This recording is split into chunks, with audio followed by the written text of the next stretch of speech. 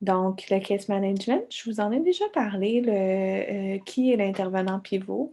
Mais en gros, qu'est-ce que l'intervenant pivot fait là, dans son équipe avec le jeune? C'est j'étais en train de me demander si je filmais. J'espère que je suis en train de filmer, pas parler toute seule. Oui, je filme. OK, donc oui, le case management. Donc, qu'est-ce qui fait l'intervenant pivot dans son équipe avec le jeune? Il va l'accompagner dans le quotidien, au niveau là, pratico-pratique. Fait que vous avez vu là, dans notre pyramide. Fait que c'est vraiment le rôle de l'intervenant pivot. Fait que l'intervenant pivot, comme je vous disais, tu sais, c'est rare qu'il va être capable de créer une alliance avec, le jeune en lui disant, «Je vais t'aider à surmonter tes symptômes de psychose». Tu sais, c'est pas ça qui va parler, aux jeunes. Souvent, même à la mission, tu sais, ils vont avoir l'impression qu'ils n'ont pas fait de psychose ou que c'est sûr qu'ils n'en referont pas une autre. Donc, ils ne voient pas ça vraiment comme une menace ou un enjeu, là, souvent les jeunes. Mais par contre, régler leur situation financière, se trouver un logement, un endroit pour habiter, refaire leur carte d'identité, payer leurs dettes, trouver un emploi, retourner à l'école. Ça, c'est important pour eux. Fait que c'est là-dessus que le plan d'intervention va s'orienter souvent, avec le jeune, cet accompagnement-là dans le quotidien. Puis, avec les symptômes négatifs de psychose, tu sais, je vous disais que je vous reparlerai un peu des approches thérapeutiques en lien avec ça. Bien, souvent, tu sais, je vous disais, après une psychose, on est comme un moteur qui a plus de démarreur. Donc, on a besoin de soutien extérieur pour démarrer les choses, pour se motiver, pour aussi, en raison des troubles cognitifs, pour s'organiser.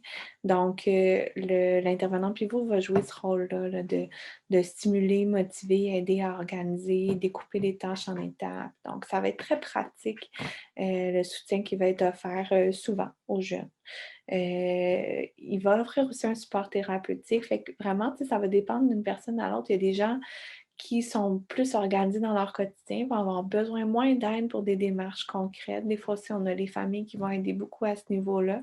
Ça va faire que l'intervenant pivot, son rôle va être davantage au niveau thérapeutique, au niveau du soutien, de l'écoute, de la recherche de sens, du contrôle des symptômes, de l'explication du modèle, vulnérabilité, stress, aussi, de l'aide à la prise de décision et cetera. Donc, le support thérapeutique va être au cœur aussi du travail de l'intervenant pivot.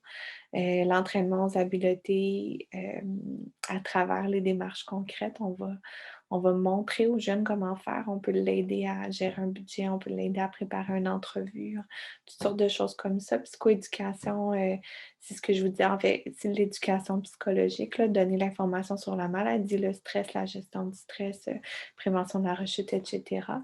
Puis, je vous disais, l'intervenant pivot, c'est comme le chef d'orchestre. Fait que c'est vraiment lui qui est votre vis-à-vis. Tu sais, si vous voulez parler à l'équipe, vous voulez avoir l'information sur la psychose, sur la médication, sur les services qui s'offrent à vous, vous avez des besoins, vous ne savez pas trop vers qui vous tourner, l'intervenant pivot va être la personne pour vous référer au bon endroit, pour transmettre l'information au psychiatre aussi quand vous avez de l'information précieuse à transmettre. Donc, puis l'intervenant pivot est la personne aussi qui va être en lien avec donc vous comme partenaire, puis les autres partenaires.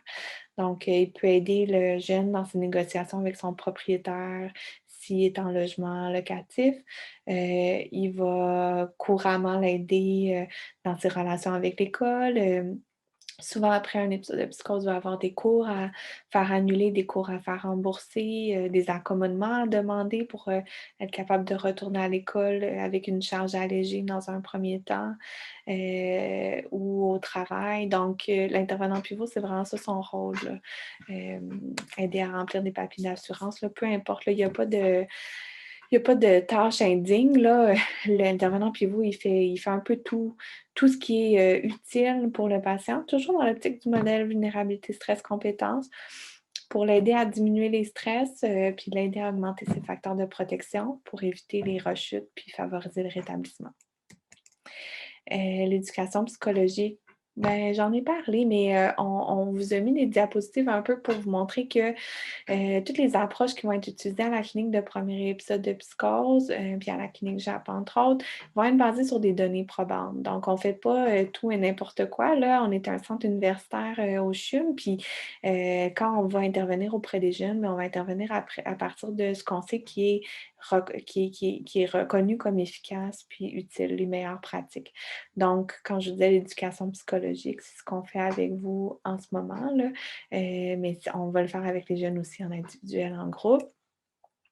L'approche de groupe, vraiment, c'est reconnu comme une modalité là, pertinente et même nécessaire là, avec les jeunes. C'est vraiment quelque chose qui est super efficace. Pardon.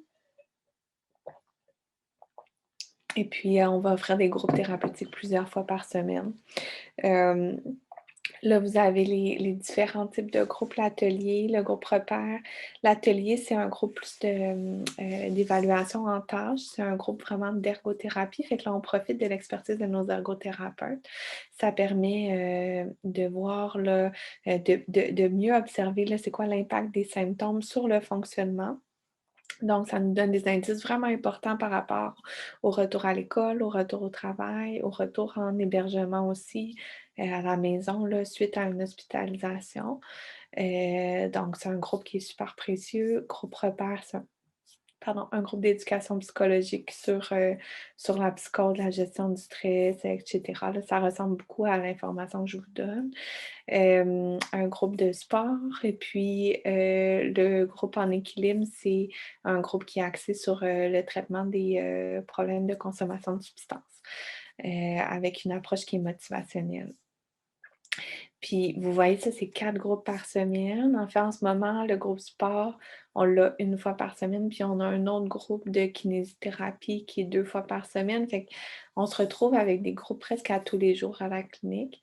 Fait que le fait de participer au groupe juste par le fait d'avoir un horaire, c'est aussi une modalité thérapeutique en soi, là, cette idée-là d'avoir un horaire, d'avoir un rendez-vous à tous les jours, en quelque part, ça fait aussi partie de la réadaptation. Donc, c'est pour ça qu'on y tient, entre autres, là, au groupe. Là, ça a cette valeur-là aussi. Puis les autres approches, ben, c'est ça, les interventions familiales, on en a parlé, on en a parlé un peu de tout ça. Là. Je peux peut-être vous dire un mot sur l'outreach. Là. C'est la question d'aller à l'extérieur. On n'est pas confiné à l'hôpital. La clinique, les intervenants ont la latitude d'aller dans le milieu avec les jeunes, que ce soit d'aller porter des CV, d'aller visiter un milieu de travail, d'aller à la maison voir comment ça se passe. Les jeunes qui sont réticents à venir à la clinique, on peut aller prendre des cafés avec eux. Donc, ça fait partie aussi de nos approches là, de ne pas seulement recevoir les jeunes dans nos bureaux, mais d'essayer d'aller à l'extérieur là, avec eux. Les autres approches, je vous en ai parlé un peu. L'approche motivationnelle, c'est l'approche qui guide nos interventions au niveau de l'adhésion au traitement, puis aussi au niveau du traitement de l'abus, des dépendances aux substances consommées. On pourra en parler là, plus amplement dans les groupes ou dans d'autres capsules. Là portant sur la consommation. Mais l'approche motivationnelle, c'est vraiment l'approche qui est démontrée comme efficace pour les jeunes en première intention, là, quand on les rencontre, puis qu'ils ne sont pas sûrs qu'ils veulent prendre la médication, quand ils consomment, puis ils n'ont pas vraiment envie d'arrêter. C'est l'approche qu'on va utiliser pour les amener vers un désir de changement. Donc, pour les amener à envisager d'arrêter de consommer, pour les amener à envisager de prendre la médication.